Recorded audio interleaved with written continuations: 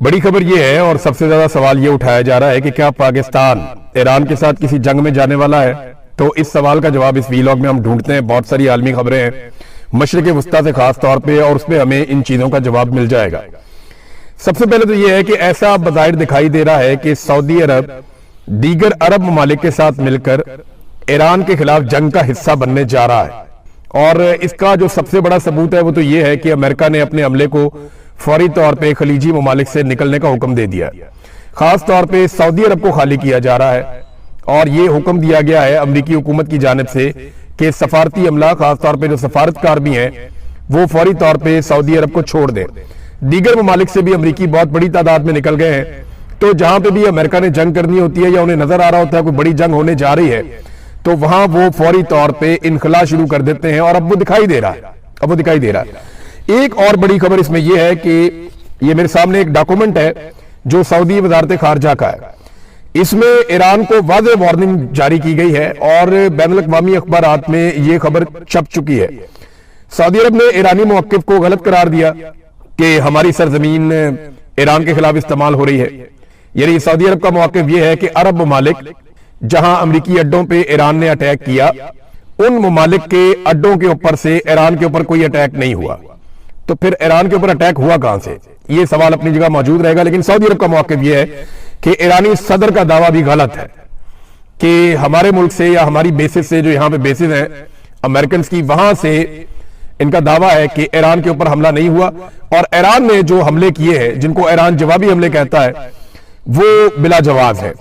Saudi अरब ने सख्त अल्फाज इस्तेमाल किए हैं और साफ ईरान को एक तरह से जंग का नोटिस या धमकी दी है। और पाकिस्तान ने जो है उसके बाद ये स्टेटमेंट दिया है कि हम सऊदी अरब के साथ या सऊदी हुकूमत के साथ एक दिफाई मुआहदे में है। ये पाकिस्तान ने कहा है इस सिचुएशन के बारे में। अब पाकिस्तान ने क्या किया और पाकिस्तान क्या जंग में उतर सकता है, यही है ना अब तक का सबसे बड़ा सवाल। तो सबसे पहले तो आप ये देख लें कि प्रोफेसर जियांग, जिनके बहुत सारे इंकशाफात या बहुत सारी उनकी पेशन गोइयां वो बिल्कुल दुरुस्त साबित हो रही हैं। ये चाइनीज प्रोफेसर हैं। प्रोफेसर जियांग ये कहते हैं कि अगर जंग बढ़ी तो पाकिस्तान का बड़ा अहम किरदार इसमें हो जाएगा। अब पाकिस्तान एक दिलचस्प सूरत हाल में है, क्योंकि 12 रोजा जंग के दौरान पाकिस्तान ने ईरान की हिमायत का इजहार किया था, लेकिन चंद माह बाद पाकिस्तान ने सऊदी अरब के साथ एक बाहमी दिफाई मुआहदा कर लिया। ये जो 12 रोजा जंग थी, ये पिछली थी जो जून 2025 में हुई थी।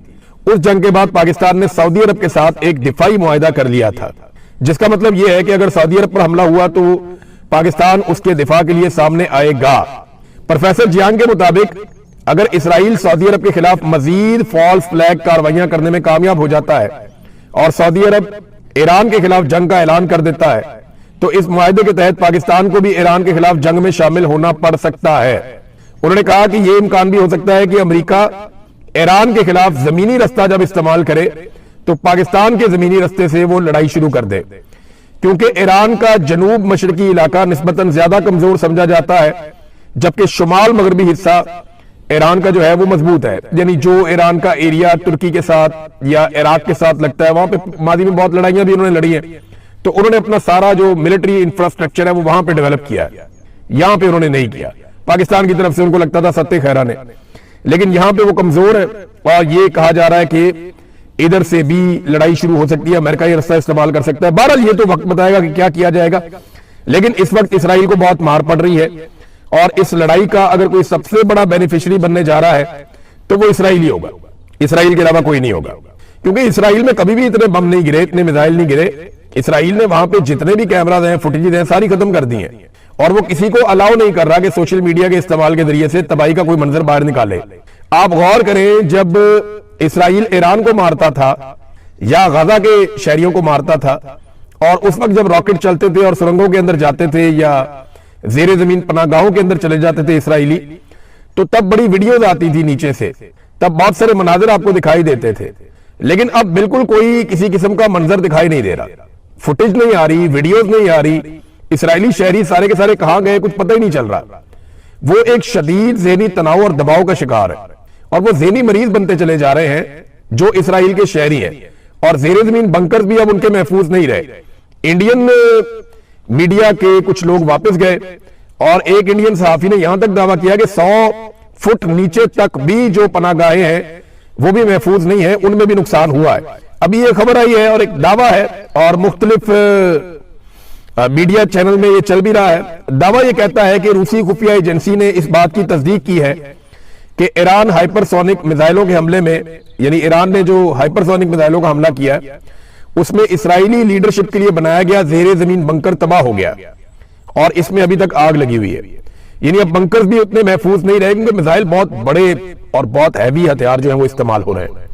बंकर में इस्राएली हुकूमत, ब्यूरोक्रेसी और फौज के आला हुकाम पनाह लेते थे। अब पता नहीं उस वक्त वहां पे वो थे या नहीं थे, लेकिन इस जगह पे वो पनाह जरूर लेते रहे माजी में। अब कितना नुकसान हुआ है क्योंकि इसराइल का कई जगह पे नुकसान रिपोर्ट हो रहा है और हत्ता के लबनान के करीब नुकसान रिपोर्ट हो रहा है, दीगर कई जगहों पे नुकसान रिपोर्ट हो रहा है। बेसिस के अंदर अमेरिका का नुकसान रिपोर्ट हो रहा है, कुछ अमेरिकी फौजी पकड़े गए हैं, ये भी दावा किया जा रहा है। तो आप सारी चीजों को प्लस माइनस करें तो अमेरिका और इसराइल के लिए अकेले में हालात उतने अच्छे नहीं है। आप नाए हुर्मुज़ बंद होने की वजह से पूरी दुनिया के ऊपर एक दबाव भी है। यूरोप उस तरीके से अमेरिका के साथ खड़ा नहीं हुआ। शोहदा की लाशों को, मैयतों को पहाड़ों में पड़े रहने देना 3 दिन तक, ये शोहदा की तौहीन नहीं है। डीजी ISPR ने और पुलिस ने यह दावा किया और बलूचिस्तान की हुकूमत ने भी दावा किया। एक दिन पहले वो दावा करते हैं कि जनाब हमने क्लियरेंस ऑपरेशन कर दिया है, और एक दिन के बाद दहशतगर्द बुलाते हैं कि जनाब आ जाएं और आके अपनी लाशें उठाकर ले जाएं, और लोग जाते हैं दहशतगर्दों के साए में, वहां पे उनकी तलाशी ली जाती है, वो फिर वहां से अपनी लाशें उठा के वापस आते हैं, जबकि क्लियरेंस ऑपरेशन एक दिन पहले हो चुका है। भाई क्लियरेंस ऑपरेशन का मतलब ये हमने पहाड़ी इलाका सारा क्लियर कर दिया है, दहशतगर्द या तो मारे गए हैं या भाग गए हैं, वहां पे अब सारा कंट्रोल सिक्योरिटी फोर्सेज का है। दावा ये किया था डीजी ISPR ने और बलूचिस्तान की गवर्नमेंट ने, लेकिन उसके एक दिन के बाद दहशतगर्द कहते हैं भाई हम यहीं पे आपकी लाशें पड़ी हुई हैं, आगे उठाकर ले जाओ, और खबरदार कोई जवान आदमी आया या हथियार लेकर आया तो फिर वहां पे बुजुर्ग लोग सफेद दाढ़ियों वाले जाते हैं और जाके लाशें उठाते हैं। बलूचिस्तान का जो वजीर दाखिला है ज़िया लांगू, उसको एक इंटरव्यू किया, एक जर्नलिस्ट है हमारे बड़े अच्छे, उन्होंने इंटरव्यू किया और उन्होंने कुछ सवालात किए, तो आप उसका मौक़िफ़ देखें आपको हैरत होगी। उसने कहा दहशतगर्दों ने क्योंकि हमसे राब्ता नहीं किया इसलिए हम लाशें उठाने नहीं गए, उन्होंने कबाइल से राब्ता किया इसलिए कबाइल लाशें उठाने गए, डूब के मर जाओ। कि दहशतगर्द कबाइल को कह रहे हैं कि आके लाशें उठा लो, हालांकि आप एक दिन पहले कह चुके हैं कि क्लियरेंस ऑपरेशन हो चुका है, सारा इलाका क्लियर है, हमने क्लियर कर दिया, हमने तो मगवी भी बाजियाब करवा लिए हैं, और लाशें एक दिन के बाद आई हैं। और वो भी वो अपने मुंह से कह रहा है कि क्योंकि दहशतगर्दों ने खुद राब्ता हमसे नहीं किया, हमें अगर दहशतगर्द अर्जी भेज देते या रिक्वेस्ट कर लेते कि आगे लाशें उठा ले तो हम जाके उठा लेते, उन्होंने हमें नहीं कहा, उन्होंने कहा कबाइलियों को, तो कबाइली गए और जाके उन्होंने लाशें उठा ली। ये है इस वक्त बलूचिस्तान की सरकार जिसको मुसल्लत किया एस्टेब्लिशमेंट ने बलूचिस्तान के अवाम के ऊपर। नाज़रीन, आज़ाद कश्मीर में भी मुज़ाहमत जारी है, वहां पे इलेक्शन के लिए पीपल्स पार्टी पूरी कोशिश कर रही है। पीपल्स पार्टी को लगता है कि वो वहां पे हुकूमत बना लेंगे। बिलावल बड़ी चालाकी के साथ अपने आप को अपोजिशन बनाने की कोशिश कर रहा है। बिलावल ने मुतालबा किया कि जनाब कश्मीर बंद है पूरा, तो कश्मीर को खोला जाए। ये किससे मुतालबा किया? भाई हुकूमत तो तुम लोगों की है वहां पे। फैसल राठौड़ किसका वजीर आजम है? पीपल्स पार्टी किसकी सियासी जमात है? पीपल्स पार्टी की हुकूमत है आजाद कश्मीर में, उसी ने कलअदम करार दिया, उसी ने सरों के ऊपर इनाम रखा, उसी ने सिक्योरिटी फोर्सेज को बुलाया, उसी ने रास्ते बंद किए, उसी ने खुराक बंद करवाई, उसी ने गोलियां चलवाई, उसी ने बंदे मरवाए, उन्होंने ये IG लगाया हुआ है और IG हर जगह पे दंदनाता फिर। ये सारा कुछ पीपल्स पार्टी ने किया और बिलावल वहां जाके अपोजिशन बन गया कि जनाब आलमी सतह पे सालसी करवाने वाले यहां पे भी नजर करें। क्यों भाई? आजाद कश्मीर एक अलग इलाका है, उसकी एक अलग टेरिटरी, उसका अपना एक अलग आइन सिस्टम, सुप्रीम कोर्ट, सब कुछ उसका अपना एक अलग है, और आपकी वहां पे हुकूमत है। अमन देना आपकी रिस्पॉन्सिबिलिटी है। वहां पे आपने बुलाई इतनी सारी सिक्योरिटी फोर्सेज, आप जवाब दें आपने क्यों बुलाई? ये ऑपरेशंस आपने और आपकी सरकार ने करवाए, आप जवाब दें आपने क्यों करवाए? यानी ये वहां बैठ के टिल्ले मुंह के साथ अपोजिशन बन जाएंगे और हम सारे यकीन कर लेंगे कश्मीरी बेवकूफ हैं, वो रोटी को चोची कहते हैं, उन्हें पता नहीं चलता कि ये खुद हुकूमत में है। बिलावल की हुकूमत है और बिलावल मुतालबा किससे कर रहा है? फील्ड मार्शल से, शहबाज शरीफ से मुतालबा कर रहा है। और भाई तुम्हारी यहां पे हुकूमत है, तुम एक नोटिफिकेशन जारी करो, ये कलअदम का स्टेटस खत्म करो ना उनका, एक नोटिफिकेशन दूसरा जारी करो, इनके ऊपर जाली मुकदमे खत्म करो, एक और नोटिफिकेशन जारी करो, ये जाली सीटें जो है इनको भी खत्म करो, ये जो जालसाजी जिसके ऊपर वो कहते हैं जी हमारा मैंडेट कब्जा कर लेते हैं, वो भी नोटिफिकेशन जारी करो, एक और नोटिफिकेशन जारी करो, फौरी तौर पे सिक्योरिटी फोर्सेज को वापस भेजो, एक और नोटिफिकेशन जारी करो, इनके जायज मुतालबा तस्लीम करो, बात खत्म हो जाती है। भाई हुकूमत में बैठ के किससे डिमांड कर रहा है? ये बिलावल की चालाकी है, वो हुकूमत में भी बैठता है और अपोजिशन भी बनता है। इसी तरह वो वफाकी हुकूमत में हर तरह की सपोर्ट देगा, बजट भी पास करवाएगा, एस्टेब्लिशमेंट के हाथ भी मजबूत करेगा। वो बड़े जरदारी ने कहा भी था। तो बिलावल जरदारी ने यही सारे काम किए हैं, लेकिन बड़ी चालाकी के साथ ये अपोजिशन बनने का ड्रामा भी करते हैं कि हमारी सियासत जिंदा रहे। लेकिन कश्मीरी बड़े तेज हैं। सरदार तनवीर इलियास ये ज्यादा हल्कों से इलेक्शन लड़ रहे हैं। ये अपने हल्के में गए तो अवामी मुजामत का उनको सामना करना पड़ा और पॉलिटिकल एक्टिविटी जिस तरह वो करना चाह रहे थे वो नहीं कर पाए। लोगों ने कंपेन को रोका, उसमें रुकावटें डाली। ये नाजरीन सूरत-ए-हाल है आजाद कश्मीर में। लोग वहां पे डटे हुए हैं और अभी वो इंतजार कर रहे हैं, क्योंकि उन्हें कहा गया था कि आप हमें 5-6 दिन का टाइम दे दें। तो अब उन्होंने 22 तारीख तक का टाइम दिया हुआ है। 22 तारीख को अगर लॉन्ग मार्च शुरू होगा तो आजाद कश्मीर की सूरत-ए-हाल दोबारा खराब हो जाएगी। और फिर 27 तारीख को जो इलेक्शन का एक ख्वाब देखा है और बिलावल को वहां पे हुकूमत बनाकर देनी है, बिलावल ने अपना वजीर आजम लेकर आना है आजाद कश्मीर में। बिलावल ने कहां से लेकर आना है? वैसे तो वहां पे जो वजीर आजम आएगा वो एस्टेब्लिशमेंट का ही बंदा आएगा। एस्टेब्लिशमेंट सीटें इस तरीके से बांटेगी कि कुछ दे देगी बिलावल को, दे देगी कुछ किसी और जगह पे दे देगी, कुछ आईपीपी को दे देगी, कुछ इधर पीएमएलएन को दे देगी। वो इस तरह का मतंजन बनाएंगे कि फिर वो अपना बंदा देंगे कि जनाब आप ये वाला बंदा अगर वजीर आजम बना लेते हैं तो हम आपको ये वाले वोट दिलवा देंगे, ये कर देंगे, वो कर देंगे। तो बंदा तो वहां पे एस्टेब्लिशमेंट ने अपना लेकर आना है अगर वो इलेक्शन करवाने में कामयाब हो गए तो। और अगर इलेक्शन का पूरी तरह से बाइकआउट कर दिया आजाद कश्मीर के अवाम ने कि no rights no vote, no justice no vote, आप इंसाफ नहीं दे सकते, हमारे हुकूक नहीं दे सकते, तो हम वोट नहीं दे सकते। अगर आजाद कश्मीर ने यह रवैया अपना लिया तो और बड़ी मुसीबत बनेगी। जावेद हाशमी साहब की एक वीडियो में देख रहा था। अब इस वीडियो की मैं तस्दीक इसलिए नहीं कर सकता कि मैंने सिर्फ उनके अकाउंट के ऊपर यह वीडियो देखी और 1 घंटा पहले जब मैं वीडियो रिकॉर्ड कर रहा हूं उससे 1 घंटा पहले उन्होंने ये वीडियो पोस्ट की। उसमें बताते हैं जी हमारे इलाके की बिजली काट दी गई है, बहुत सारे घरों के मीटर उतार दिए गए हैं, 30-40 के करीब जो है वो डबल केबल डाले आ गए हैं, रेंजर्स है और पुलिस है और ये मुझे गिरफ्तार करना चाहते हैं। तो मैं गिरफ्तारी देने के लिए तैयार हूं, मैंने अपना सामान तैयार कर लिया, मुझे किसी किस्म की दिक्कत नहीं है। दवाइयां मेरी खत्म हो गई हैं, मैं दवाइयां दोबारा मंगवा लूंगा, अभी मेरे पास नहीं है, लेकिन मैं गिरफ्तारी देने के लिए तैयार हूं, मैं डट के सामना करूंगा। ये जावेद हाशमी साहब ने अपने आप को गिरफ्तारी के लिए पेश किया है। नाज़रीन एक और चीज आपको मैं दिखाता हूं। ये खातून है, खैबर पख्तूनख्वा की खातून है, माजी में ये एमएनए भी रही है। ये जो खातून है ना, इसने इमरान खान पे बड़ा गंद उछाला था, बड़ा कीचड़ उछाला था। उस वक्त ना फजलुर रहमान साहब की पार्टी बड़ी खुश थी। अब इस औरत ने फजलुर रहमान साहब पे कीचड़ उछाल दिया और अब फजलुर रहमान साहब के मुखालिफिन बड़े खुश हैं। तो मैं ना फजलुर रहमान साहब को, उनकी पार्टी को, इमरान खान साहब को, उनकी पार्टी को और बाकी सारी पार्टियों को एक बात कहना चाहता हूं कि ऐसी औरतों को और इनके हैंडलर्स को रोकें, वरना बारी बारी सबकी बारी, ये सब पे कीचड़ उछालेंगी, सबको गंदा करेंगी, सबके साथ ज्यादती करेंगी। तो ऐसी औरतों को और इनके हैंडलर्स को उनको रोकें, वरना बारी बारी सबकी बारी। कल इमरान खान था, आज फजलुर रहमान है, उससे पहले कभी नवाज शरीफ था। एक दौर में बेनजीर भुट्टो की जो है वो नंगी तस्वीरें बनाकर नवाज शरीफ ने फेंक दी थी। तो ये बारी बारी सबकी बारी आएगी। ये जो हैंडलर्स हैं ना एस्टेब्लिशमेंट के, इनको रोकें और ऐसी औरतों को भी रोकें जो ये गंद फैलाती हैं। एक औरत ने इमरान खान के खिलाफ भी पूरी किताब ही लिख दी थी। सिक्योरिटी काउंसिल में, अक़वाम मुत्तहिदा की सिक्योरिटी काउंसिल आपको पता है, वहां पे एक करारदाद पेश करने का इरादा रखते हैं जिसमें बिल्कुल वही जबान होगी जो आपने अभी इस्तेमाल की है, यानी ईरान की जारहियत की मजम्मत आप करेंगे, लेकिन अमेरिका और इसराइल के इकदामात का एक लफ्ज भी नहीं होगा। यह है वो मामला। वो कहते हैं अमेरिका और इसराइल की मजम्मत क्यों नहीं करते? वो आपकी फिजाई हदूद जबरदस्ती इस्तेमाल कर रहे हैं, आपकी समुद्री हदूद जबरदस्ती इस्तेमाल कर रहे हैं, आपके इलाकों से बम मार रहे हैं ईरान को, आप उसकी मजम्मत नहीं कर रहे। उन्होंने वहां पे कत्लेआम कर दिया ईरान के अंदर, बंदे ज्यादा तो ईरान के अंदर शहीद हो गए, यानी 1,500 बंदा शहादत के करीब पहुंच गए नंबर।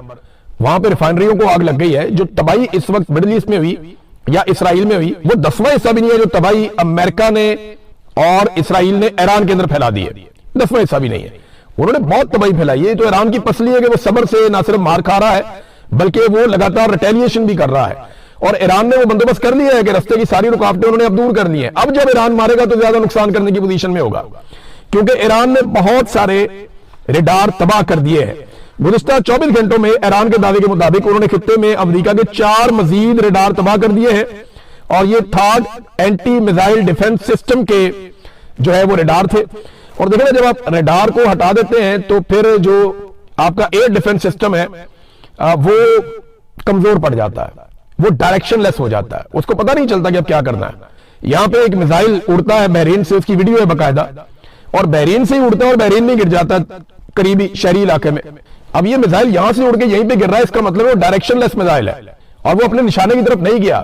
रीजन क्या है कि इससे जुड़े हुए जो टेक्निकल सारे इक्विपमेंट है वो ईरान ने बहुत हद तक तबाह किया है। तो ईरान और टारगेट अचीव कर सकता है इसराइल के अंदर भी, खलीजी ममालिक के अंदर भी। अमेरिकी अड्डों को तो उन्होंने बहुत बुरी तरह तबाह किया है। तो रूसी वजीर खारजा ने कहा कि आप अब मजम्मत करने जा रहे हैं ईरान की सलामती काउंसिल में, लेकिन अमेरिका और इसराइल के इकदाम का एक लफ्ज भी आपका नहीं होगा। हम एक मुतहदा महाज की अपील करते हैं जिसका मकसद इस जंग का खात्मा हो। सिर्फ यह कहना कि ईरान को मौसर जवाब देने का हक नहीं है, इसका मतलब यह है कि आप अमेरिका और इसराइल को हौसला दे रहे हैं, उनकी हौसला अफजाई कर रहे हैं, और यह मंतक के दलील के खिलाफ है। बड़े लंबे अरसे से ये वजीर खारजा है और इनका स्टेटमेंट जो है वो सबके लिए सोचने की बात है कि वो मुसलमान मुल्क भी नहीं है, लेकिन उन्होंने जो स्टेटमेंट दिया वो और तरह का है और वो सूरत को भांप गए हैं कि होने क्या जा रहा है। देखिए ना, अमेरिका ने जब ये लड़ाई शुरू की तो अमेरिका ये कहता था हम तो ईरानी अवाम के लिए लड़ रहे हैं, ईरानी अवाम को आजादी दिलाएंगे, और अब ईरान में पूरी तरह तबाही हो रही है और ईरानी अवाम का कत्लेआम हो रहा है। ये लड़ाई किसी और नुक्ते से शुरू होकर किसी और नुक्ते पे पहुंच गई है। अगर ईरान की चेन ऑफ कमांड खत्म हो जाती है तो मेरी बात आप लिख कर रख लें, बहुत तबाही होगी। हर हाल में ईरान को अपनी चेन ऑफ कमांड वो बरकरार रखनी पड़ेगी, क्योंकि इसके बगैर गुजारा नहीं है। और जब तक वो आपस में कोऑर्डिनेशन में रहेंगे तब तक वो मुकाबला कर सकते हैं। नाज़रीन, भारत एक्सपोज हुआ है बहुत बुरी तरह, और ये खबर मैं आपको देता हूं कैसे। देखिए ना, भारत ने दावत दी बहरिया के जहाजों को कि आओ यहां पे आके हमने मशकें करनी है। ईरानी जहाज भी गए, जाके वहां पे मशकें की। अब भारत खुद एतराफ कर रहा है कि उसने ईरान की पीठ में छिड़क घोंप दिया। वो कैसे? वो खुद से ये बता रहे हैं, जनरल उपेंद्र ये खुद से बता रहे हैं कि जनाब हमारे इसराइल के साथ स्ट्रेटेजिक ताल्लुकात हैं, हमने अपने पानियों में ऐसा कुछ नहीं हुआ, लेकिन जब हमारे पानियों से निकलकर बैन अल-अक़वामी पानियों के अंदर ये ईरान का जहाज चला गया तो तब हमने इसराइल को बता दिया कि जनाब इसका मुकाम क्या है और ये किस जगह पे है। तब इसराइल ने उसको तबाह कर दिया। तो हमने तो जनाब क्योंकि हमारा ताल्लुकात है इसराइल के साथ, हमने उनको बता दिया। और भाई वो लड़ने थोड़ी आया हुआ था, वो तो आपका मेहमान था, उसको घर तो वापस जाने देते आप, उसके बाद उसके साथ जो मर्जी करता है इसराइल। लेकिन भारत ने यह बता दिया कि वो इस लड़ाई में ईरान के साथ नहीं, पूरी तरह से इसराइल के साथ खड़ा है। देखिए, अगर पाकिस्तान इस वक्त ईरान के साथ लड़ता है तो इसराइल को बड़ी सपोर्ट मिलेगी। इसराइल को और कुछ नहीं चाहिए कि पाकिस्तानी फौज ईरान के साथ लड़ पड़े। इससे बहुत फायदा होगा इसराइल को, बहुत ज्यादा फायदा होगा। पाकिस्तान में जर्नैलों को फायदा हो जाएगा, पैसे जैसे बहुत ज्यादा आ जाएंगे, मिसाइल हथियार आ जाएंगे, बहुत सारी चीजें मिल जाएंगी।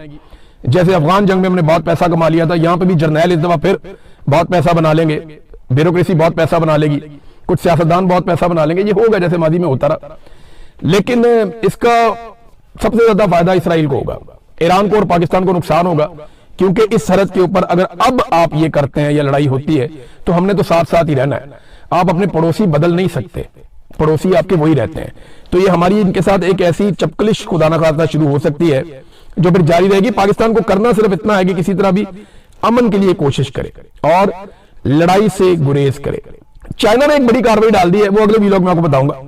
बड़ा कमाल काम किया चाइना ने, लेकिन एक दावा सामने आ रहा है। दावा यह है कि कहीं नेतन्याहू एटमी हमला तो नहीं कर सकता।